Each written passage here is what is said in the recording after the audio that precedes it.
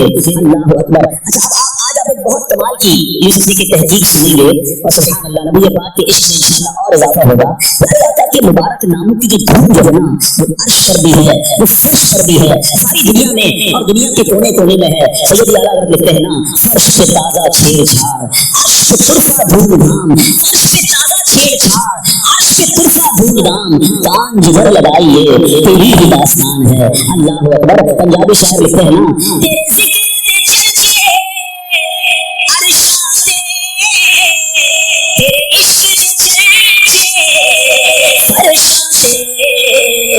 کوئی ایسی جان جس جاتے کوئی ایسی جان جس جاتے میرے آقا تیرا شور نہیں.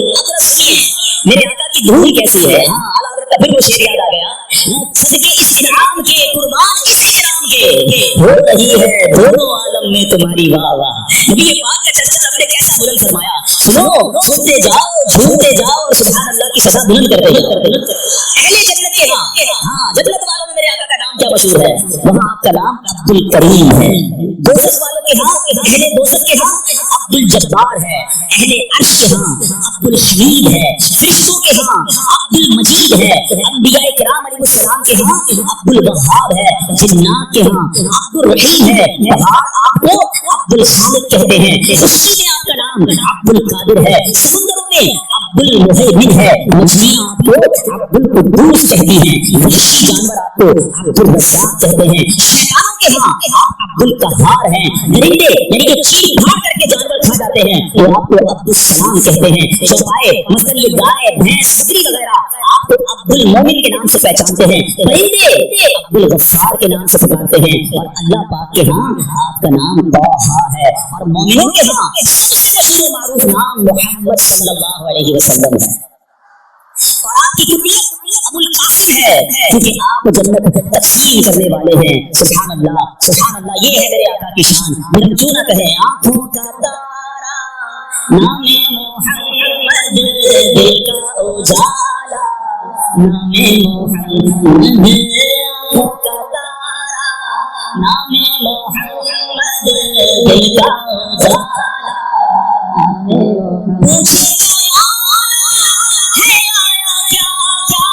پوچھے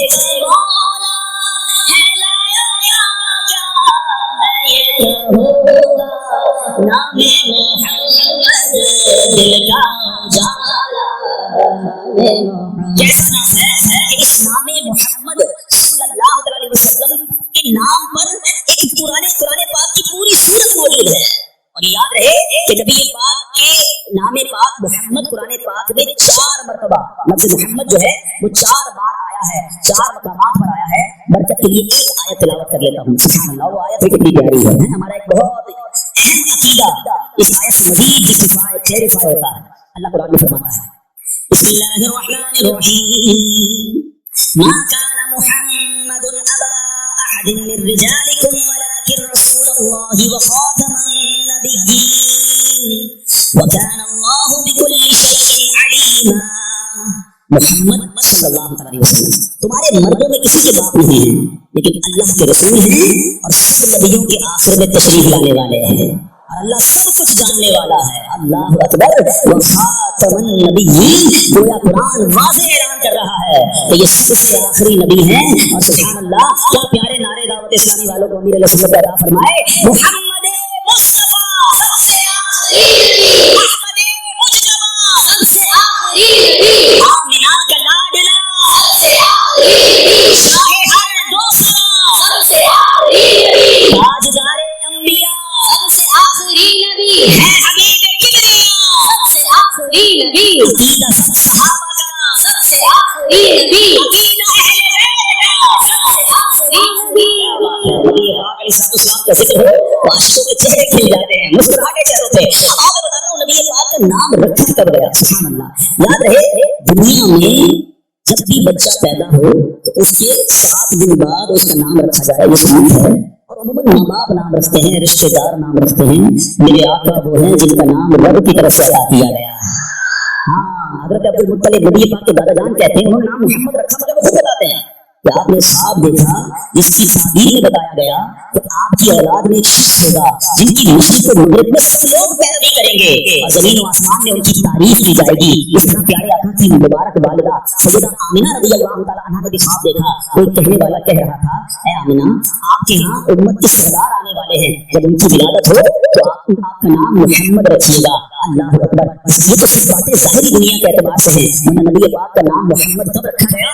علامہ ابن جوزی رحمۃ اللہ تعالی لکھتے ہیں جب اللہ پاک نے اپنے نور سے نور مصطفیٰ صلی اللہ علیہ وسلم کو پیدا کیا تو اس پاک نور نے رب کریم کی بارگاہ میں سجدہ کیا. جب سجدے سے سر اٹھایا تو کہا الحمدللہ. اس نے رب کائنات نے فرمایا لذالک خلقتک وسمیتک محمدا صلی اللہ علیہ وسلم, یعنی اے پیارے محبوب میں نے آپ کو اسی لیے بنایا اور آپ کا نام محمد رکھا.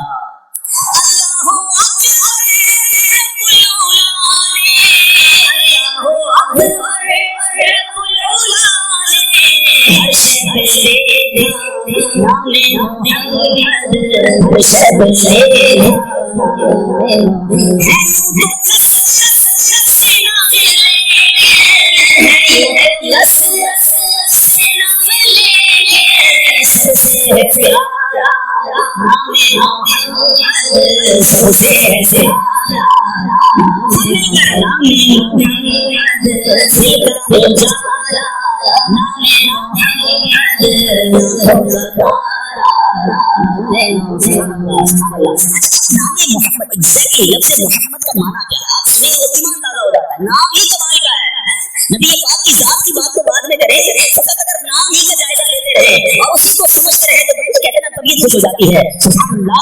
نام محمد کا معنی ہے, لفظی معنی روض القدس کتاب میں ہے الذی یحمد حمدا بعد حمد, یعنی وہ ذات جس کی تعریف بار بار کی جائے. اللہ اکبر. ایسی ذات جس کی تعریف بار بار کی جائے. جب سے میرے آقا کا نام محمد رکھا گیا ہے, یہ نام پاک کب سے رکھا گیا؟ تمام مخلوقات کی پیدائش سے بھی ہزاروں سال پہلے رکھا گیا. اس سے معلوم ہوا کہ جب زمین و آسمان, عرش و کرسی, لوح و قلم, جن و انسان, فرشتے کچھ بھی نہیں تھے, اس وقت سے نبی پاک کی تعریف جاری ہے, اب بھی جاری ہے اور قیامت تک جاری رہے گی.